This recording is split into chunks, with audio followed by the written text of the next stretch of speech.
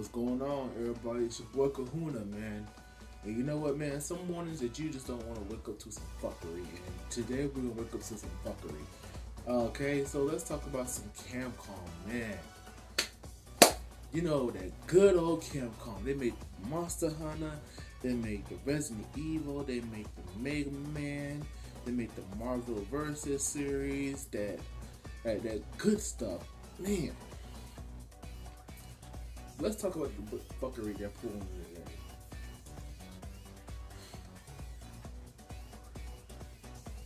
So apparently it had came out in a translation on NeoGAF.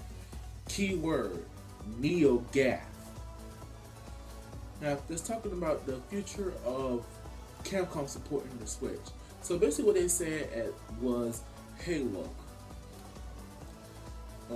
we'll keep thinking about how to support the Switch, as at the same time we'll be looking at the performance of Ultra Street Fighter 2, which concerned a lot of people.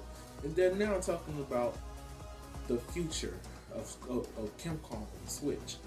Now, some people are already taking this to the streets and just be like, man, if they're going to use Street Fighter 2 to compare to the performance of for the Switch, then we might as well say bye-bye Capcom. Which, you know, you're not wrong. You're not wrong, because it basically does sound like this. But then you gotta think about key points here. Now, I'm going to go about it the logical way and think of it. Now, I'm not going to defend nor agree with Capcom here. Now, first of all, let me go ahead and get my points out the way first. First of all, Capcom, you're being stupid. You're being stupid. You know this game is old as hell. You know that price is way too damn high for basically a 25-year-old game of a 10-year-old remake. Hey, what's there to offer the value? That Hadouken mode that barely works? Because when you have a game like ARMS, who motion controls people say works well and precise, when you have games like Splatoon 2, which if it's anything like Splatoon 1, the motion controls are going to work fantastic on that game. So if you want to look at the modes like the way of Hadouken to be a motion control mode that can have legs, and you think that's going to justify the price? No, that's not going to justify the price of Street Fighter 2 on Switch. $40 for a 25-year-old game that's a 10-year-old port. It's bad. It's a bad decision, because you're begging people to buy off the nostalgia factor, and this is where third parties try to capture Nintendo on people. They try to use the nostalgia factor. They try to use old games, or try to use Nintendo's characters to get Nintendo fans to buy Nintendo games, when we basically just want the games at their rawest form. And that's just the gist of it. Capcom, you can't do that. If you're banking on Street Fighter 2 to sell well in order for you to keep supporting the Switch, then you might as well hang up shop now.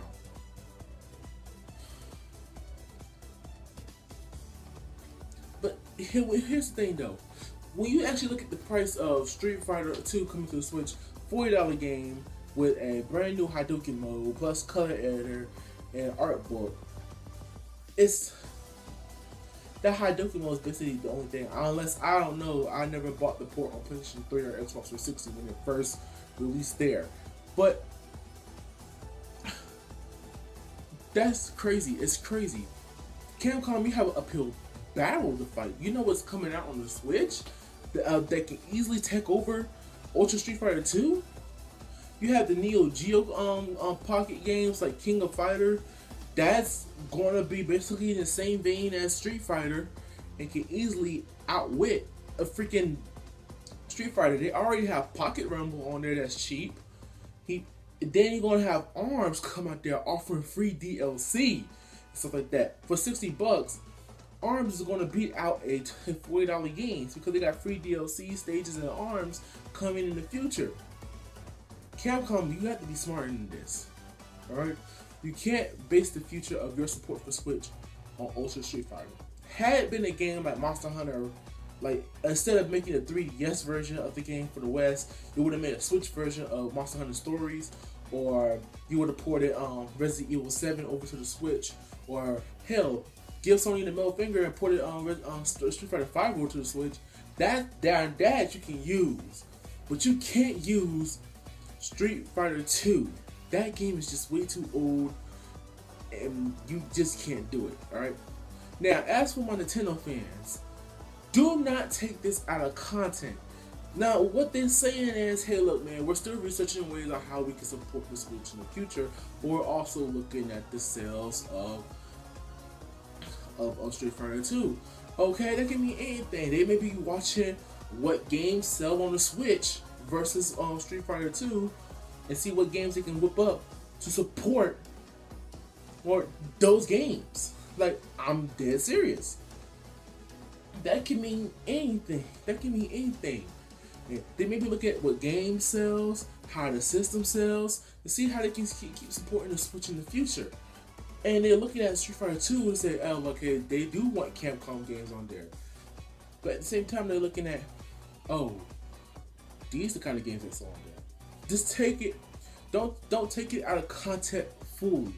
Please don't, my Nintendo fans, because we can easily get riled up and we can easily misinterpret things. Who knows? The post came from NeoGaf, and it might, the translation may be off,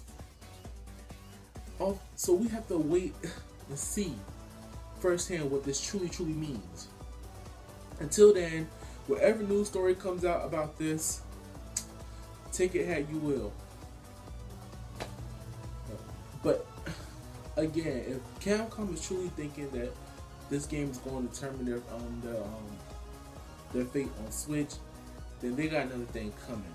Because here's what games that 2K and EA is banking on. 2K is using their latest franchise to come over to Switch. Square Enix using their latest Dragon Quest games, Dragon Quest Heroes 1 and 2, and that's doing good. Disgaea doing good. 2K18 is coming with special editions, and best believe they're going to be looking at those special editions. You feel me?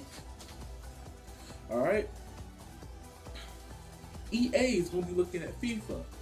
Bethesda is going to look at Skyrim. Bandai Namco, they're going to be looking at One Piece on Red that's supposed to be coming out. The next Tales game that's coming to the Switch. And Dragon Ball Xenoverse, which most likely Dragon Ball Xenoverse is going to outwit One